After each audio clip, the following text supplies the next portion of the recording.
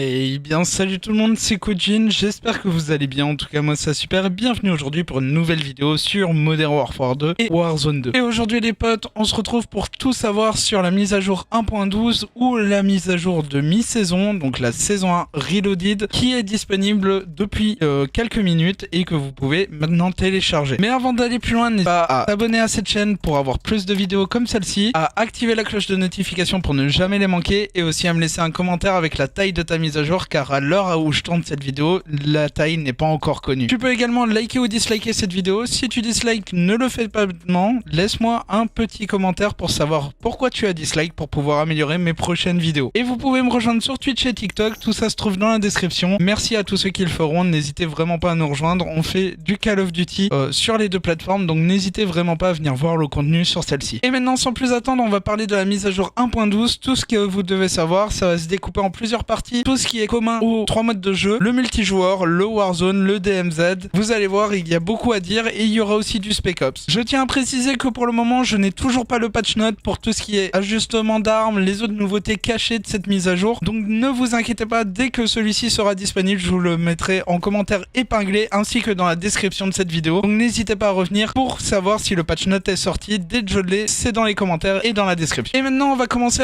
un peu avec tout ce qui est commun aux deux modes et tout ce qui va vous intéresser à avoir dans les deux modes. En première chose, nous avons deux nouveaux opérateurs. Nous avons Gaz, que vous connaissez déjà, qui est un opérateur qui date de Code 4 et qui fait son retour en opérateur jouable dans le jeu. Et nous avons aussi eu des informations sur Klaus. Donc Klaus, qui c'est tout simplement, c'est le Père Noël. Donc c'est un skin qui fait vraiment penser au Père Noël. Je vous aurai bien sûr des images à l'écran pour exprimer mes propos pendant toute cette vidéo. Mais voilà, Klaus a été révélé et ça sera un opérateur disponible dans un pack bundle avec des balles traçantes. Nouvelle arme, on aura la Chimera ou l'Honey Badger, appelez-la comme vous le voulez. Il faudra la débloquer en faisant des défis d'armes ou en achetant un pack dans la boutique. On ne sait pas encore le défi qu'il faudra faire pour débloquer l'arme, mais tout sera expliqué au moment de sa sortie. Pour les amateurs de la boutique, nous allons avoir trois nouveaux packs dans la boutique. Le pack Tracer Close que je vous ai parlé juste avant, qui aura des balles traçantes spéciales Noël sûrement, et le skin Close ainsi que l'opérateur bien sûr. Nous avons aussi le Dune Stalker Starter Pack qui sera un pack rajouté et qui devra sûrement être acheté en euros et pas en code point comme il l'avait déjà fait auparavant. Et nous avons le pack Année du Lapin, donc c'est pour fêter le Nouvel An chinois. Ça sera un pack destiné au Nouvel An chinois qui fera son apparition dans la boutique. Nous avons aussi l'ajout d'une nouvelle feature pour le groupe basée sur vos préférences de recherche. Et alors là, c'est vraiment très complexe à expliquer, mais en gros, vous allez pouvoir choisir pour trouver des gens et pouvoir jouer avec ces gens. Et si vous n'avez pas forcément de teammate, cela ne vous impactera pas grâce à cette nouvelle fonctionnalité de recherche qui vous permettra de réaliser du DMZ, du Warzone, du multijoueur ou même du Spec Ops. Donc c'est vraiment une nouvelle feature qu'implante Call of Duty, à voir ce que ça donne, mais ça peut être intéressant pour les gens qui jouent en solo ou qui n'ont pas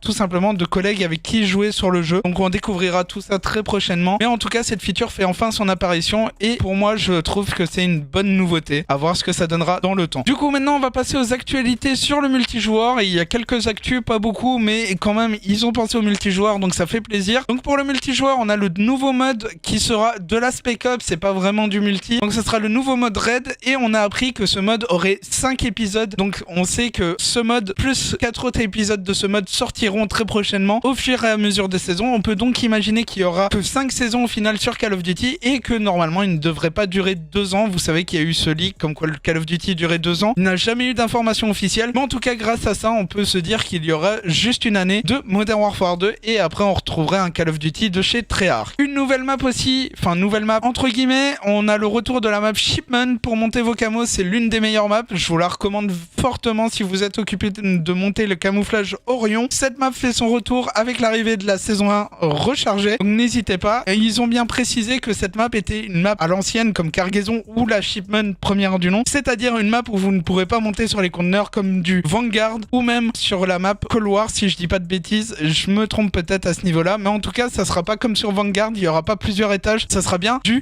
boot underground comme ils disent, donc du combat terre à terre et vous n'aurez pas de cachette en hauteur. Bien sûr, avec l'arrivée de Shipment, comment passer à côté de cet incontournable qui est Shipment Holiday, qui va être disponible pendant une durée limitée et où vous pourrez avoir une version de la map Shipment complètement spécialisée pour Noël. Donc voilà pour les activités multijoueurs. Je sais que c'est un peu pauvre en contenu sur le multi. Maintenant on va passer à Warzone et vous allez voir, pour Warzone il va avoir aussi très peu d'activités, à savoir que tout ce qui est réglage patch note et tout ça, je n'ai pas accès pour le moment et je ne peux pas vous en parler, donc n'oubliez pas pas de revenir sur la vidéo, je le répète, quand le patch note sera mis, pour voir les ajustements, que ce soit en multi, en Warzone, en DMZ, n'importe où, tout se retrouvera dans le patch note, comme l'ajustement des armes, pour voir s'il y a une nouvelle méta qui s'instaure, ce sera bien sûr dans le patch note. Donc pour Warzone maintenant, on se retrouve avec le Warzone Cup Mini Royal, qui est un genre de Rocket League pour les connaisseurs. Pour ceux qui ne connaissent pas, ça sera un mode à durée limitée qui commencera à partir d'aujourd'hui jusqu'au 24 décembre si je ne dis pas de bêtises, et ce mode emmènera 2 équipes de 3 joueurs, donc ce sera de la trio sur un terrain de foot, et vous disposerez d'un VTT spécial doté d'une capacité d'impulsion pour permettre de pousser un énorme ballon dans un goal, donc un peu du Rocket League en gros. Voilà, c'est ça va être pour ceux qui connaissent le jeu. Pour ceux qui ne connaissent pas, c'est un jeu de voiture football, on va dire, donc c'est un truc un peu spécial qui ne plaira pas à tout le monde, mais en tout cas le mode peut être fun, donc n'hésitez pas à aller l'essayer pour voir ce que cela donne. Et nous avons enfin l'arrivée d'un rapport du combat aussi sur Warzone. Donc on avait le rapport du combat en multi qui est arrivé à la saison 1, et ils se sont dit pour la mi-saison il faudrait peut-être mettre enfin le rapport de combat pour Warzone. Donc vous allez pouvoir savoir votre statistique directement en jeu dans l'espace rapport de combat grâce à l'ajout de ce rapport de combat uniquement pour Warzone, et on l'espère aussi pour DMZ vu que c'est étroitement lié à Warzone. Autre nouveauté dans cette mise à jour, on va parler du DMZ.